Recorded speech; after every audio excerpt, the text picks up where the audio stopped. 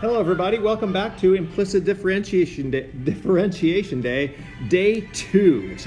Video 2, where the objective for this one is to give us a little bit more exposure into some ID tactics. Now, implicit differentiation is where you can take the derivative of a function where y is not totally isolated. It is implicitly stated. So here we are in the implicit differentiation packet, and we'll do a couple of examples just to get you used to things. How about this number 2? Use implicit differentiation to find dy dx for this function. X squared minus y cubed equals xy. Step 1 is to take the derivative of both sides. And that's the derivative with respect to x. X is the independent variable. So going from left to right, I can distribute that operator of taking the derivative in.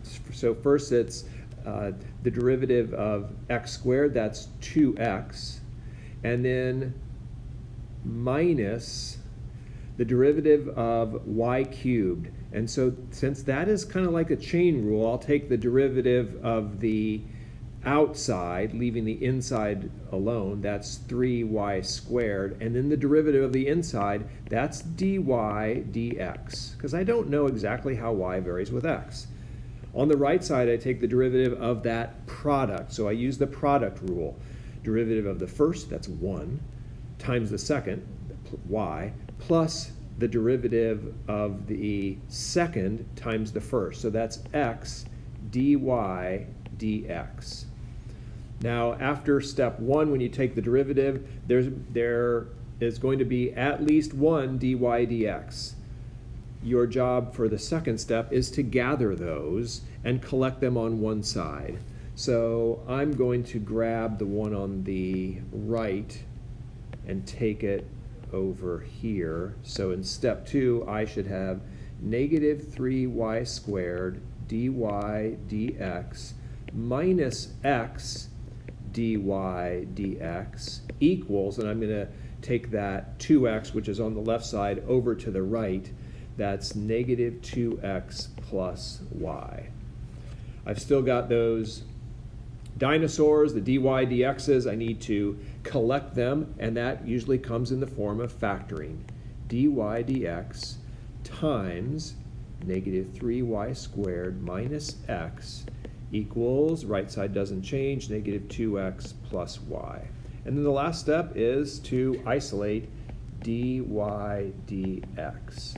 That is negative 2x plus y over negative 3y squared minus x. We've expressed y as a function, or the derivative of y as a function with x from that original implicitly stated function. So you can do the same kind of tactics that you did originally with derivatives, like finding slope of a tangent line to the graph. And sometimes earlier on we could tell, like, oh, that's a graph of a quadratic, or that's a sine curve, or there's an exponential. But this one you might have to put into a graphing tool, or try using a table of values. It's not always clear exactly what that looks like. So we can still take the derivative. Here's what you do. I'll rewrite it down here. So we're finding the slope of the tangent line to that graph. X plus y plus xy equals 3.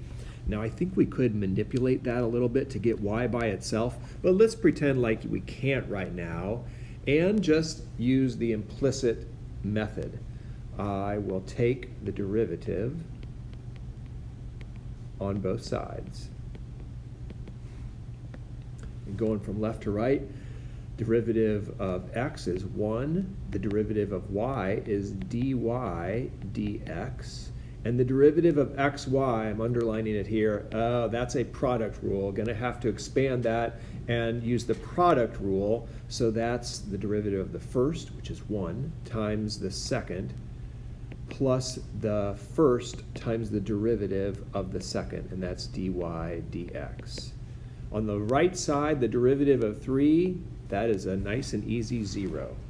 So here we are again. It's okay to take a look and gather or get a plan for gathering your dy dx's, and I'm going to bring that 1 and the y to the other side, so I know that's going to be a negative y minus 1, and I have, when I gather the dy dx's, that is a 1 plus x.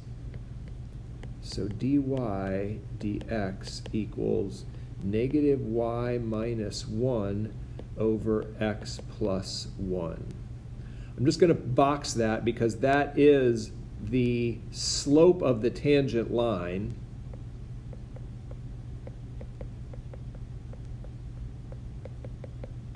For that function. Now specifically we want it at 1, 1. So dy dx at the point 1 comma 1 is just going to be plugging in a 1 for y and a 1 for x. So that is a negative 1 minus 1 over 1 plus 1. That's negative 2 over 2. The slope looks to be negative 1 at the point 1, 1. Now just for kicks, if we would have taken this original function, and I think we can say y plus xy equals negative x,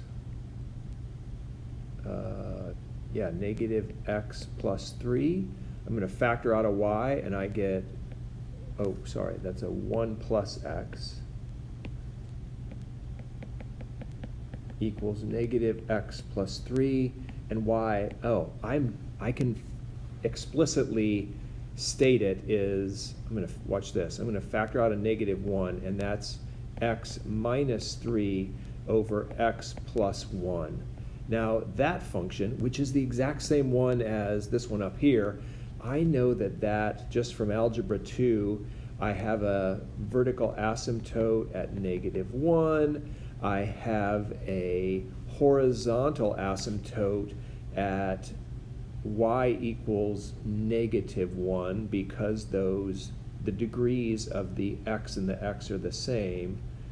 And I think it's going to see, if I put in a 0 for x, I get y equals 3. So I think, I'm just guessing, I'm pretty sure that it's, oh, and I know that 3, 1, 2, 3 is a x, an intercept, so I'm guessing it looks like that. So the slope of the tangent line to the graph, that at 1, 1, which looks to be right about here, does it make sense that it's negative 1?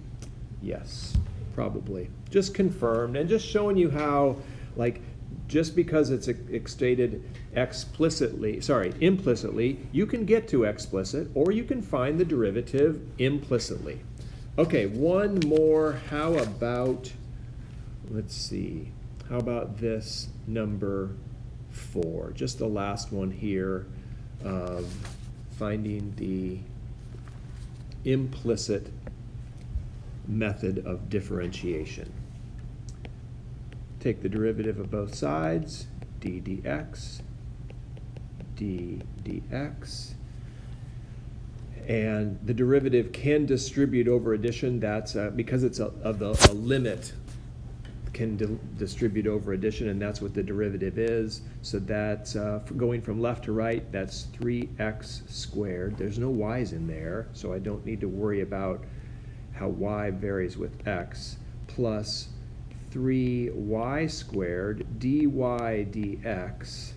And then on the left side, right side, that 3 I can factor out before I use the product rule and make it the derivative of the first, 1, times the second, so that's y squared, plus the first, x, times the derivative of the second, and that's 2y dy dx.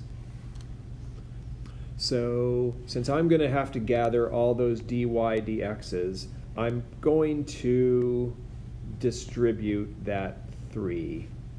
Do I need to? I think I will, just to clean things up. That's 3x squared plus 3y squared dy dx equals 3y squared plus 3 times 2 is a 6xy dy dx. And there are these dy dx's again.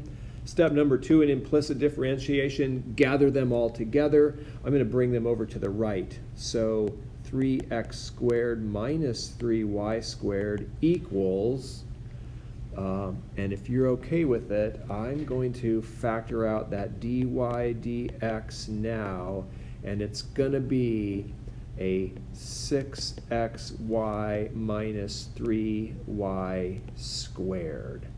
See how that happened? I brought that 3y squared over to the right side, so it becomes a minus. One step remains.